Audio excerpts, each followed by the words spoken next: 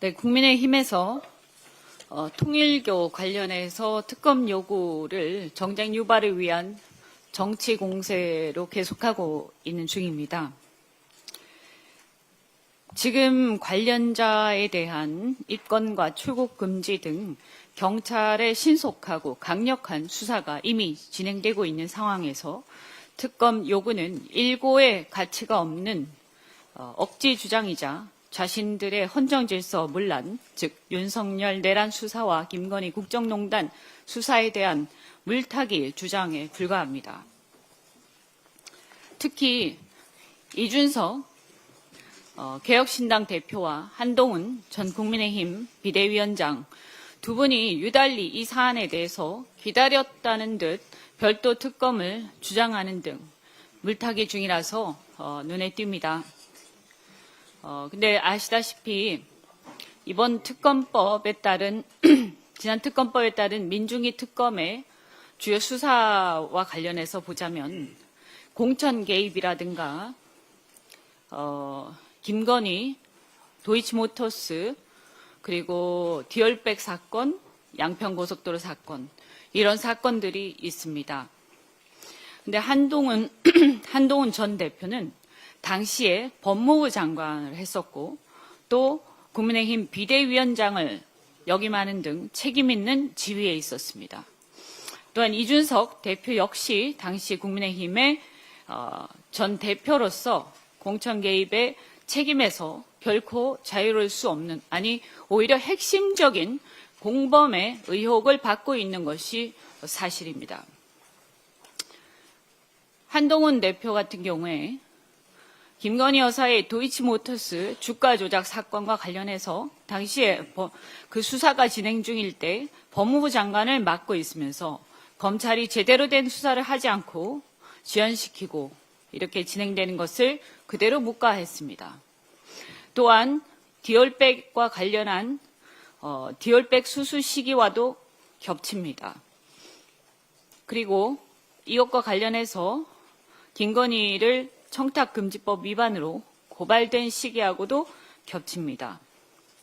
또 이원모 전 공직기강 비서관이 지난 22대 총선 때 출마했는데 이때 공천한 게 한동훈 비대위원장이었습니다.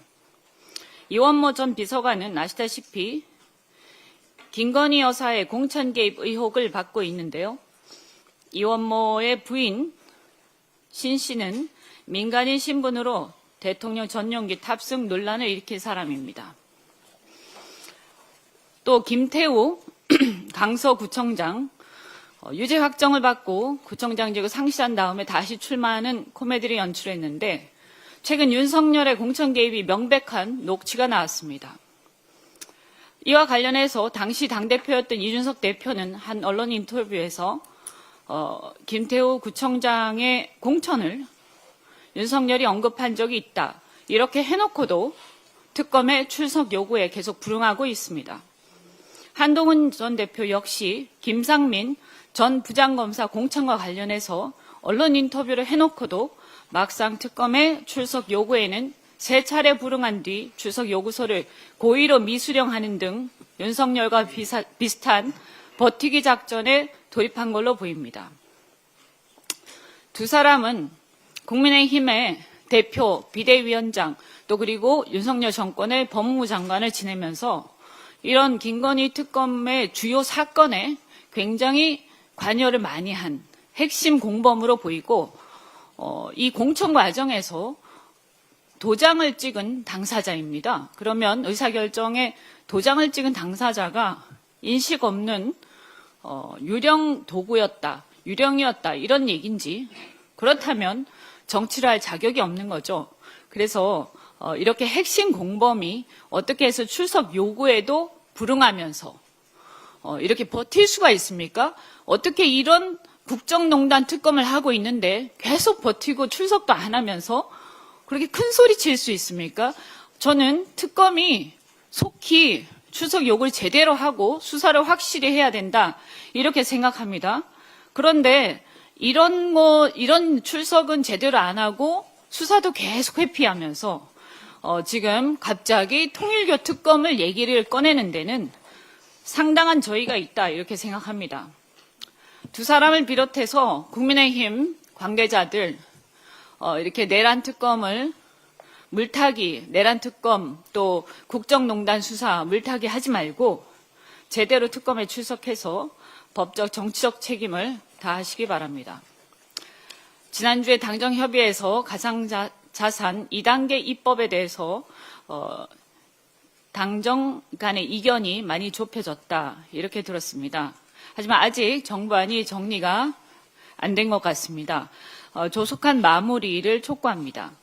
미국의 경우에 이미 지니어스법이 발효돼서 현재 시행령 감독규칙 등을 마련 중이며 이르면 내년 하반기부터 공식 적용될 것으로 예상됩니다.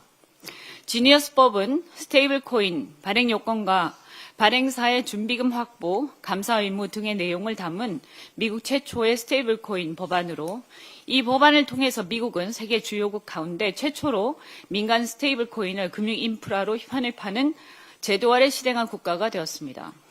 이게 본격 시행되면 모든 신용거래나 모든 가상공간, 온라인 공간에서의 거래는 달러 기반 스테이블 코인으로 잠식될 가능성이 높습니다. 그렇게 되면 온라인을 기점으로 원화의 통화 주권 자체가 무너질 우려가 있습니다. 그러나 이걸 잘 기회로 활용하면 K컬처라든가 온라인상에서의 한국의 영향력이 큰 부문을 중심으로 해서 원화 기반 스테이블 코인의 거래가 상당한 지분을 차지할 수 있는 계기가 될 수도 있습니다. 따라서 달러 스테이블 코인이 디지털 자산 시장을 완전히 잠식해서 이런 온라인 자산 시장 거래가 완전히 달러로 덮여서 우리의 원화 거래 자체가 무용지물이 되기 전에 하루빨리 원화 스테이블 코인의 발행 유통을 위한 제도 정비를 서둘러야 한다고 생각합니다. 이 미국뿐만이 아니라 유럽도 암호자산법을 시행하면서 관련 생태계 정비에 나서고 있는데요.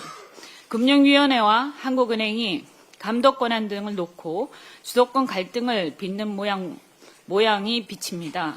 그러나 국익보다 부처 이익을 앞세우는 모양은 있어서는 안 된다고 생각합니다.